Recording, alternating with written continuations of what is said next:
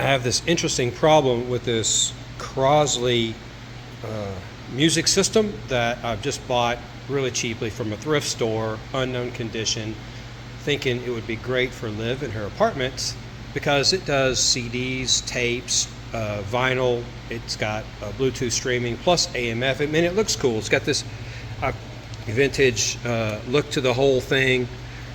I mean, but it is a monster to take apart, put back together. There must be, I don't know how many screws I took out, how much wires I've unplugged, whatever.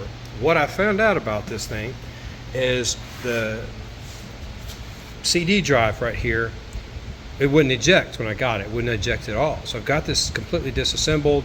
I've taken it all the way apart, cleaned everything out, put fresh grease on it, all that.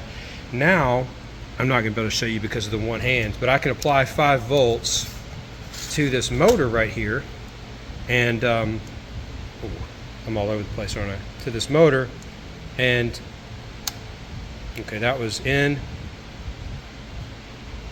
Oh, well, I don't know. It's not coming out. I don't know. Normal. So I spent a bunch of time going back and forth with this thing, and there we go. It ejects. I can flip it around. It's bad connections. I can flip it around and bring it back in. I'm struggling with connections right here. I have unsoldered and resoldered this about 9 times, taking this thing back apart, and everything works until I was putting the cover on it. And I put this cover on it, and it wouldn't work. Well, here's what I found out. So the CD clamp, this thing goes inside the cover right there, and it connects to here, and that's what clamps your CD in when it's going. Well, I mean, that is a heck of a magnet right there. It's strong. So that little motor can no longer pull this carriage down. It has to pull it down before it can eject, and it can't overcome that strength of that magnet. So if I wind the gear with a screwdriver and get it past that, it ejects no problem. Or if I leave this off, it ejects no problem.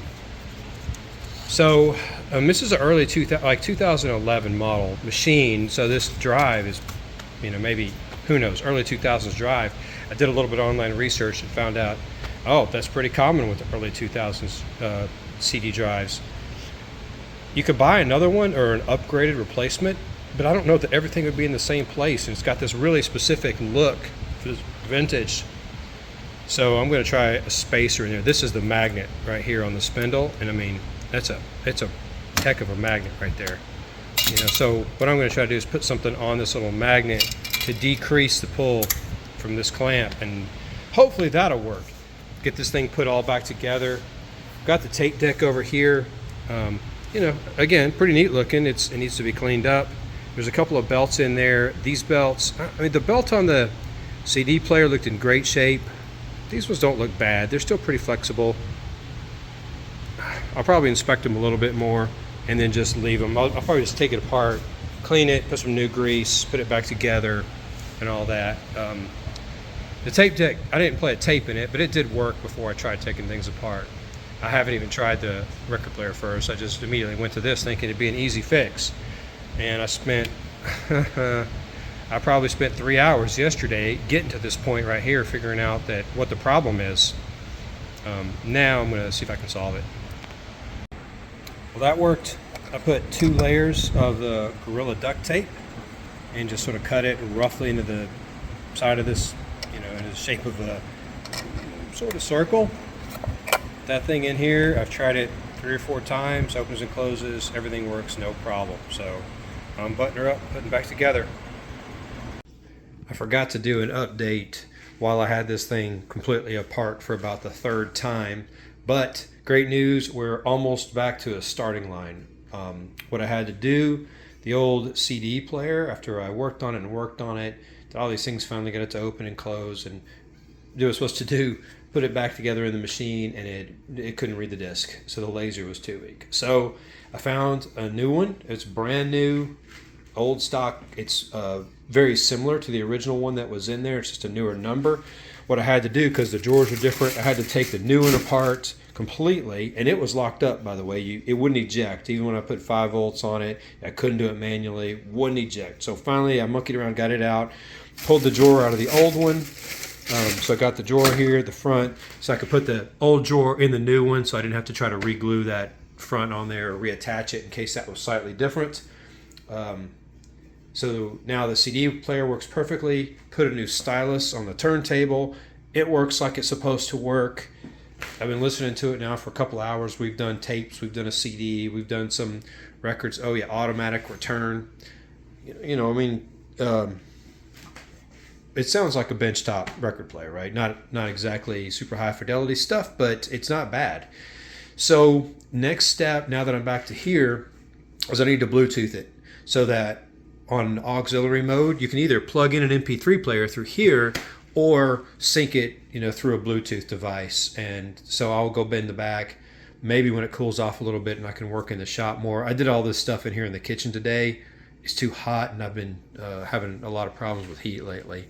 So I'm going to Bluetooth this thing so we can do that. And what I may end up doing while I have it back apart for about the 4th time is go ahead and replace all the main capacitors on the motherboard. There's only, I don't know, 6 or 10, something like that, and they're from 2011. Not too old, but I don't know what's in there, and we really don't want to have this thing back apart for more issues. Don't know if it's doing anything or not. But everything looks good on it, so pretty happy with the way this is going. Bluetooth update is done.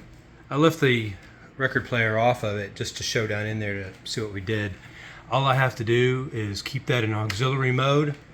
I attached a button right there, and let's see if we can see inside here. Little Bluetooth module and a little DC buck converter over there in that corner behind the speaker. I was able to take the DC, I think it's 10 volts DC or something, right off the bridge rectifier underneath this motherboard, soldered a couple of wires directly to that, went to the buck converter, added a couple of capacitors for smoothing, straight to the Bluetooth module, took that to the auxiliary input stuff, and it works great. So what I have to do, and this is going to be hidden by the record player. So turn this on, lights blue. The Bluetooth device is connected successfully. So I've got it mounted so that you can see the light through the grill right there when it's on. We'll put this thing back together and we'll test it out for a while. Well, there's the finished product right now, playing a CD, and little furniture polish, cleaned up, looks okay. Everything on it is working now. There's my Bluetooth button, pretty unobtrusive in there. Hopefully the recipient of this device is happy with it.